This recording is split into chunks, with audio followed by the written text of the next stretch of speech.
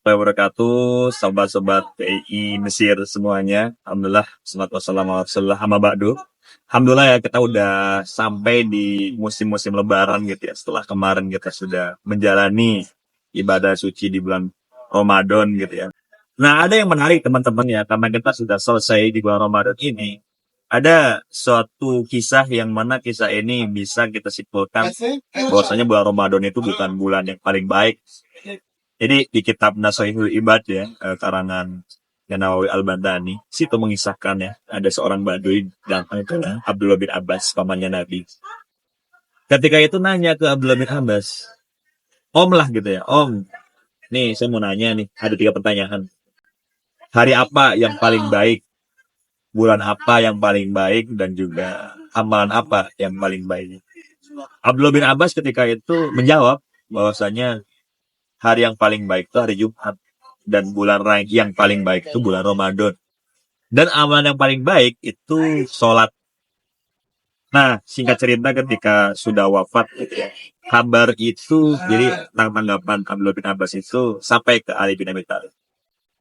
Sayyidina Ali bin Abi Thalib ketika itu mewajari dan, oh iya, emang orang-orang kalau seandainya ditanya yang kayak gitu, ya pasti jawabnya kayak gitu juga. Tapi Sayyidina Ali ketika itu justru menjawab dengan jawaban yang berbeda. Bahwasanya bulan yang paling baik itu adalah bulan yang dimana kita di sana bertobat dan di situ melaksanakan kebaikan banyak, yang banyak dan sedikit melaksanakan yang maksiatan. Dan hari yang paling baik itu adalah hari dimana kita meninggal dan di situ husnul khotimah. Dan amal yang paling baik itu adalah amal yang diterima oleh Allah Subhanahu wa taala. Ya, kalau kita melihat jawaban Sayyidina Ali, ini memang berbeda ya, tapi memang dari sudut pandangnya pun berangkatnya dari berbeda. Kalau saya rasa melihatnya sebagai jawaban ya filosofis gitu. Nah, dari jawaban itu, ini kita bisa relevansikan bahwa kalau seandainya kita punya banyak uang, kalau seandainya kita ingin menghatapkan Al-Quran, kalau seandainya kita ingin berbuat baik dan lain sebagainya, enggak harus di bulan Ramadan. Gitu. Justru di bulan-bulan lain kita bisa menciptakan bulan-bulan yang terbaik versi kita gitu. Ya mungkin kalau kita di Mesir, saya nggak tahu gitu ya, tapi memang kelihatannya orang-orang itu mengumpulkan banyak uang untuk disedekahkan di bulan Ramadan. Ya nggak masalah. Cuman ya sayang aja, kasihan nih banyak banget orang yang di selain bulan Ramadan banyak kelaparan, itu gimana gitu. Ya barangkali kan ketika mensodakokan di bulan tersebut bisa ganjarannya lebih gede itu kan, ya siapa tahu. Nah begitupun juga dengan amal-amal ibadah dan kebaikan dan lain sebagainya gitu. Nah ini juga masuk ketika sekarang kita sudah masuk di Hari Raya Idul Fitri ya. Hari Raya Idul Fitri juga sering disalah kaprahi. Hari Id itu kan artinya adalah kembali gitu kan, fitri kepada fitrah gitu ya. Idul Fitri sendiri ya kembali kepada fitrah. Ada yang mengatakan juga kembali kepada makan, tapi ya mungkin tapi baik kita katakan kembali kepada.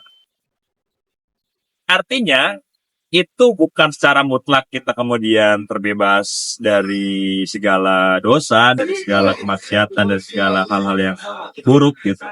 Ya kan nggak tahu orang yang di bulan puasa bisa jadi ya mereka maksiat banyak gitu kan, sehingga yang diharapkan itu kembali kepada fitrah itu nggak terlaksana, itu kan bisa jadi.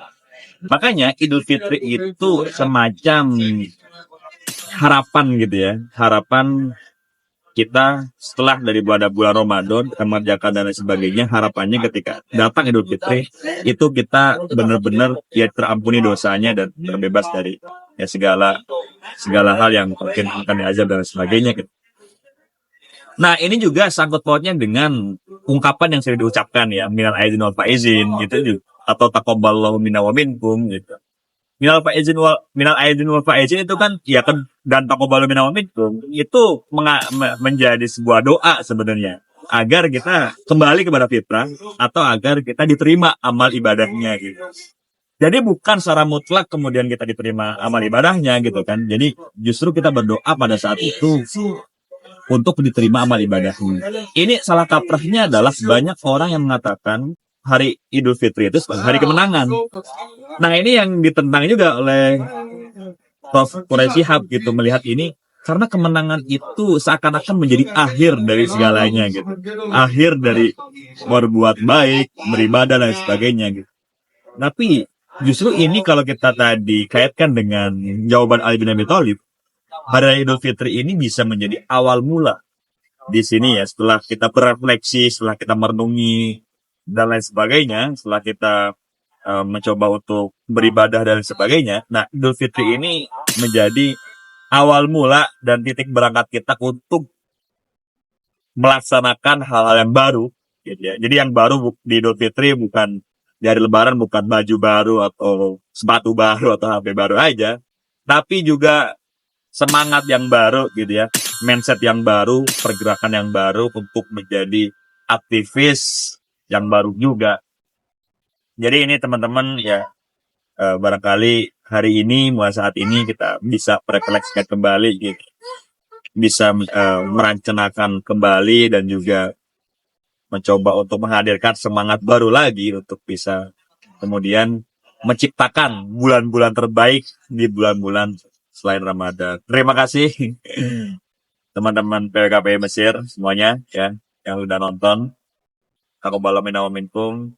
Siapa nama siapapun. Selamat kembali. Assalamualaikum warahmatullahi wabarakatuh.